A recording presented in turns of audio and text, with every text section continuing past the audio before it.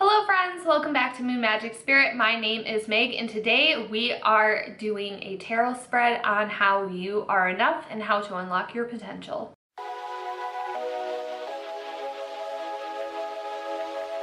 I think this is such an important spread. I've been loving these self-care-esque spreads. I think that especially after everything that we've been through in the last year, it's really important to come back to self and to focus on self. And I feel like a lot of us, it's so easy for us to put ourselves down and doubt ourselves. So I think this spread today is really going to help elevate us and lift us up. So this spread is by Emerald Locust Deviation. I will have her link down below. And this is a pretty big one. It's a 7-card spread. So I'm just going to go right into it. These are the questions that we are going to be asking today. Card 1, how to describe your potential. Card 2, something exponential about yourself. Card 3, an ancient gift that you possess. Card 4, how to be more present in each moment. Such an important question. Card 5, how to be more in sync with my talents and skills. Who doesn't want to know that? Card 6, how to be more in harmony with your higher self. And card 7, how to flow more freely with the cosmic dance. That is such a fun question. I love this. This is such a powerful spread. It is all about how you are enough. Oftentimes we don't believe that we are enough. That is a fun mantra that you can practice saying to yourself or even writing down if you are starting to doubt yourself and your potential. So let's see what the cards have to tell us.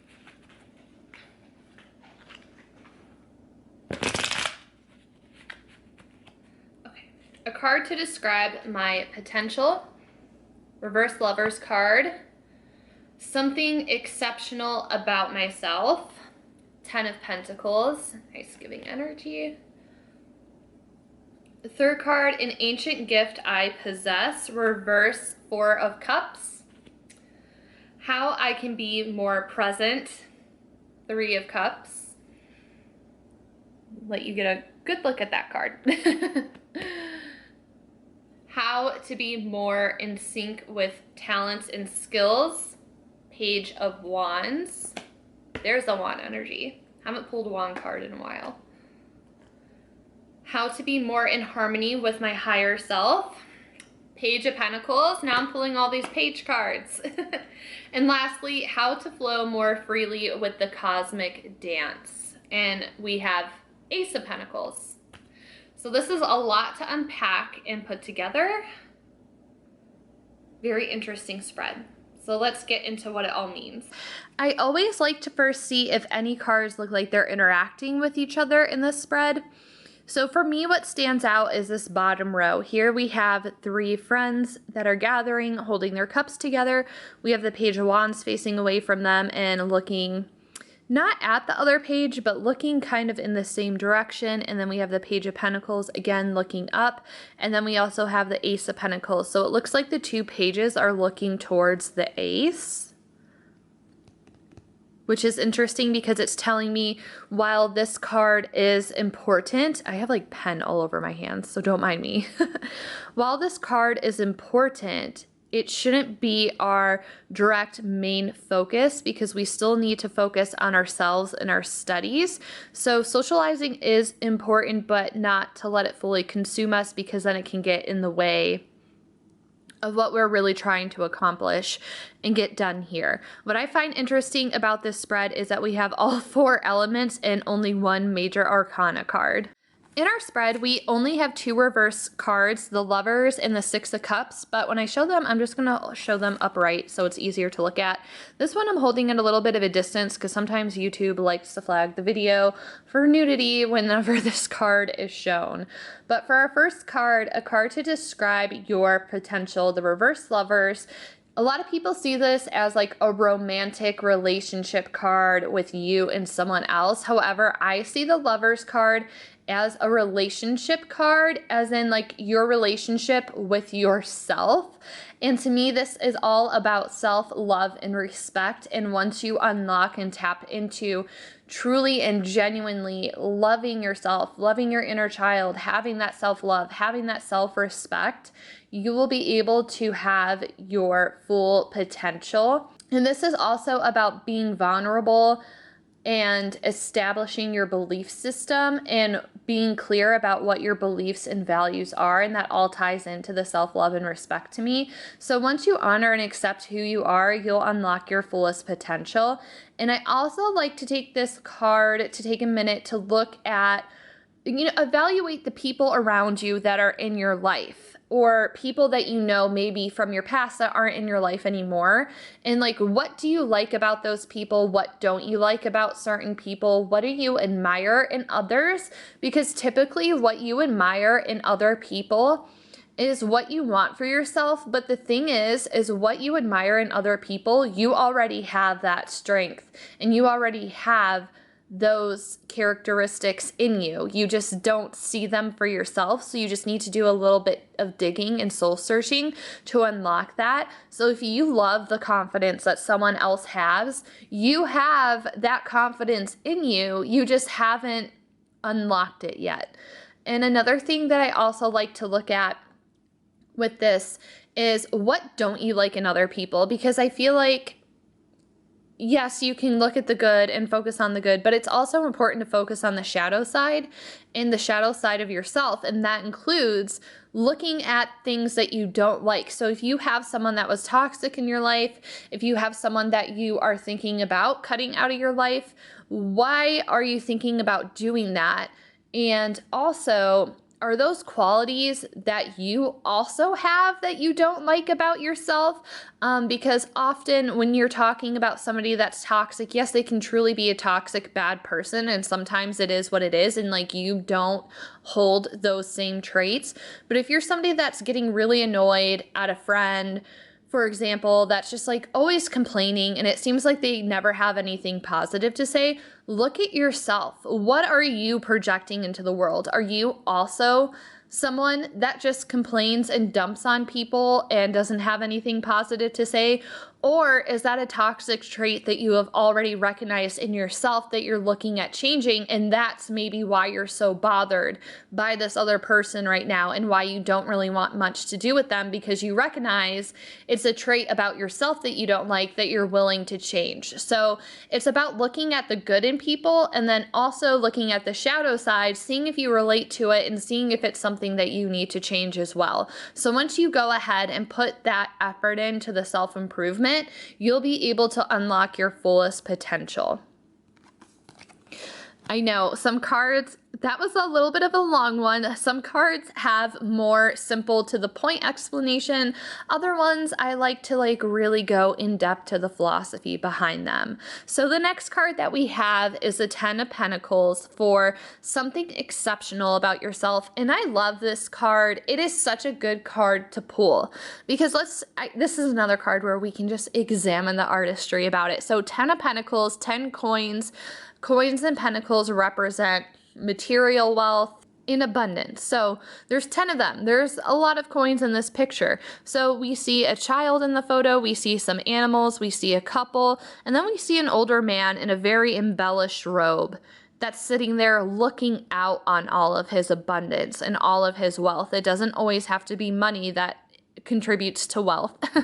But you could see with his embellished robe, and it looks like he's living in like a fancy house or like a castle or something. He also has a really nice view. So we can see that this is someone that has really worked hard for their wealth and abundance, but they're also sharing it with other people. So I'm seeing this for you as well. You're someone that loves to share your wealth and abundance with others. So that is something exceptional about yourself. You have the potential to be a benefactor here. You relish in sharing your success with others. It brings you great joy to see others enjoying your abundance. So again, it doesn't have to, this doesn't mean like, oh, you have to be old and retired and rich, like what in physical sense of money. You can be abundant in happiness. You can be abundant in joy. You can be abundant in creativity, and you like to spread and share that to others. I just really like to focus that it just doesn't always have to be physical money when we're talking about wealth and abundance here. But you get the point. You are exceptionally abundant and you love to share and spread that joy with others. Up next, we have our other reverse card, which is the Six of Cups reverse. I think for some reason I keep saying 4 because it's kind of hard to see the 6 cups in here because it just all blends in together. This is typically my inner child card.